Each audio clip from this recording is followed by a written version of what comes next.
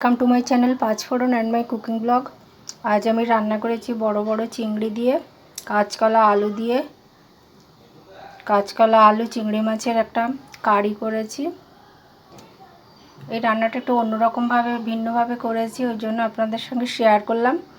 কাঁচকলা, আলু, টমেটো, কাঁচা লঙ্কা, চিংড়ি মাছের খোসা ছাড়িয়ে বড় বড় চিংড়ি মাছ, তারপরে জিরের গুঁড়ো, ধনিয়া পাউডার দিয়ে কাঁচা তেল দিয়ে মেখে রেখে দিয়েছি প্রায় আধা ঘন্টা।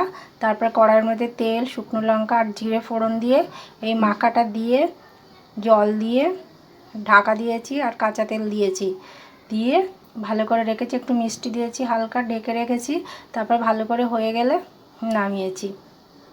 খুব অপূর্ব খেতে হয় এটা, আপনারা বাড়িতে ট্রাই করে দেখতে পারেন, ভালো লাগবে আশা করি।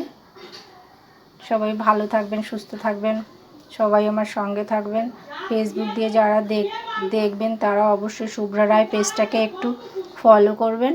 আর নতুন যারা বন্ধুরা আমার ইউটিউব থেকে দেখবেন তারা অবশ্যই একটু সাবস্ক্রাইব করে আমার পাশে থাকবেন। সবাইকে ধন্যবাদ জানাই। সবাই ভালো থাকবেন, সুস্থ থাকবেন। রাখলাম ভিডিওটি এখানে।